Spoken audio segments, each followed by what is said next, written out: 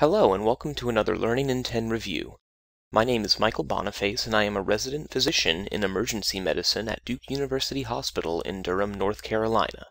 Today we are going to discuss anaphylaxis.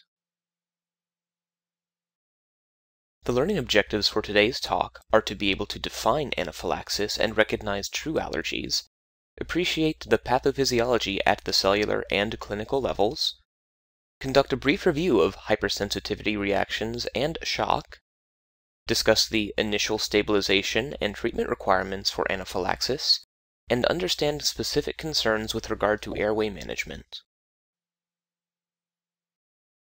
So, what is anaphylaxis?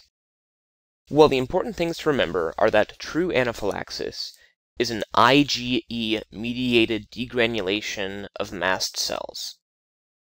The onset of this is sudden, seconds to minutes with an exposure to a specific antigen in any particular individual.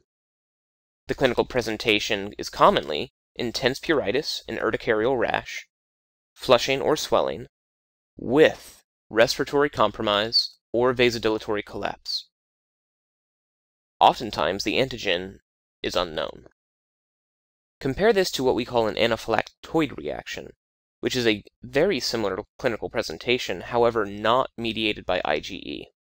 Sometimes, as is the case with radiocontrast dye, mast cells may be directly degranulated, bypassing IgE in the process. I would like to take a moment to briefly review hypersensitivity reactions. True allergies and anaphylaxis are classified as type 1 or immediate type hypersensitivity reactions. As previously discussed, these are purely IgE-mediated processes, examples of which include peanut and latex allergy. Next, the type 2 or cytotoxic hypersensitivity reactions involve activation of the classical complement pathway, examples of which include hemolytic anemia and erythroblastosis fetalis. Type 3 are the immune complex-mediated hypersensitivity reactions. Recall that immune complexes are paired antibody-antigen molecules, and in these cases they are deposited into the lining of small blood vessels, causing diseases such as serum sickness and lupus. Finally, type 4, or the delayed type hypersensitivity reactions, are a T-cell mediated process, such as seen in contact dermatitis like poison ivy, or in the tuberculosis PPD skin tests. Now to briefly talk about the role of IgE and mast cells, as they play a vital role in the pathophysiology of allergic reactions. The process begins with sensitization. When a person who is prone to allergies encounters an antigen, thus activating his B cells and plasma cells, Mast-producing specific IgE antibodies towards that antigen.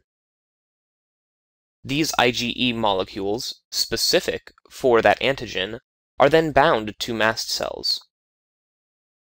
It is believed that mast cells are specific to one antigen type of IgE antibody. The next time the antigen is exposed to a susceptible person after sensitization, there is massive degranulation of mast cells when the antigens bind to the IgE on the mast cell surface. This biomolecular cascade is mediated by the Fc-epsilon-R1 receptor on the mast cell surface, which binds the common portion of the antibodies of IgE. When we refer to mast cell degranulation, it refers to the release of granules found within the mast cell after being activated by the specific antigen. The contents of these granules are seen below. Most importantly, note that histamine, serine proteases, such as tryptase, as well as heparin, are found in these preformed granules. Additionally, there are other inflammatory mediators that the mast cell produces and releases into the systemic circulation. The following is a table of the clinical presentations of an anaphylactic reaction by their pathophysiological mechanism. As previously stated, mast cell granules contain inflammatory enzymes such as histamine, serine proteases, and heparin, which cause the following effects: vascular permeability, intense vasodilation, smooth muscle contraction, and vasoconstriction of the coronary arteries. These different mechanisms will lead to the classical picture of an urticarial rash, airway edema, and difficulty breathing, as well as nausea, vomiting, and abdominal pain secondary to gut edema. Often people with anaphylaxis will also present with flushing, headache, decreased blood pressure, and in severe cases, shock. There are cardiac manifestations of anaphylaxis as well, as the inflammatory mediators can affect the coronary arteries and vasculature, leading to ischemia, dysrhythmias, and impaired contractility and cardiac output. Pulmonary manifestations are primarily due to smooth muscle contraction. The common antigens encountered in anaphylactic reactions include foods such as nuts and shellfish, antibiotics, latex, stinging insects known as Hymenoptera.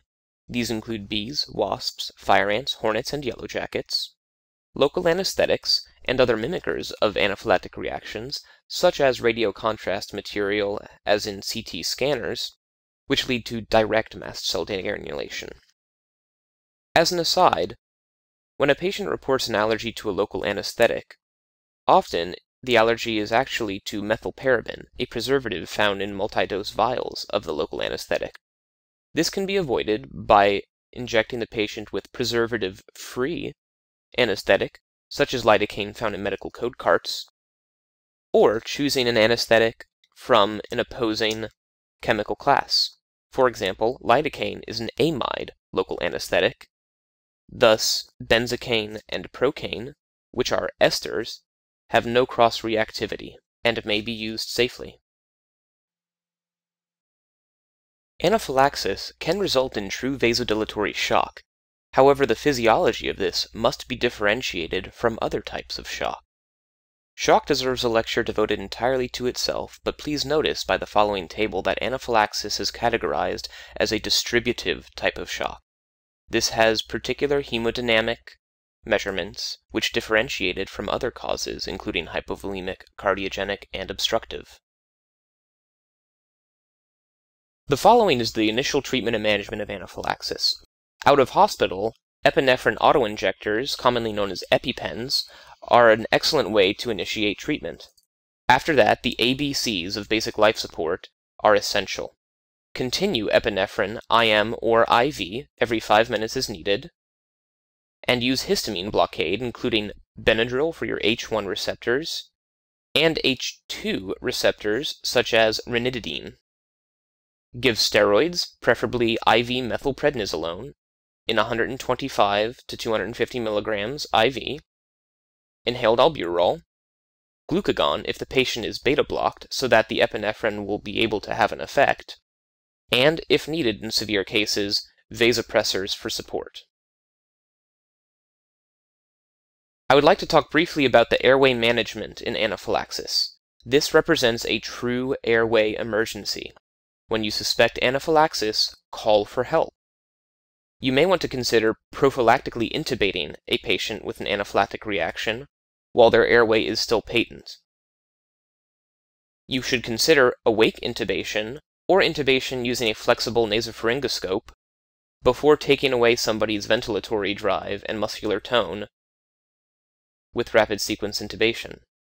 In extreme cases, orotracheal intubation may be impossible, in which an emergency surgical cricothyrotomy is required. When a patient presents to you with complaints of swelling of the lips, tongue, and airway, consider that this also may be due to angioedema rather than true anaphylaxis. Classically, angioedema is seen with drugs, most commonly ACE inhibitors, such as lisinopril. The treatment and evaluation is similar to anaphylactic reaction, often with histamine blockers, steroids, and concern for the airway.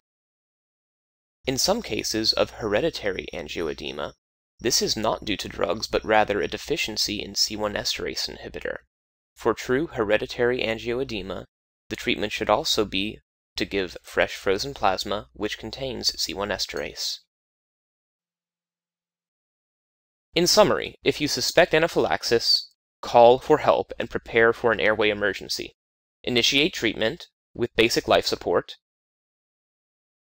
Give histamine blockers such as Benadryl and ranitidine, IV steroids, epinephrine, and IV fluids.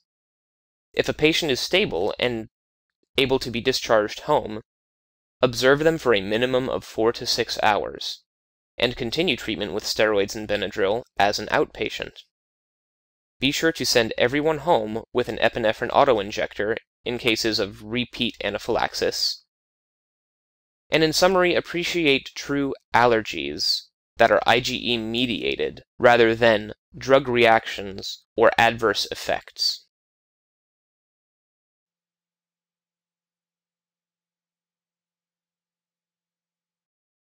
This has been a Learning in 10 review.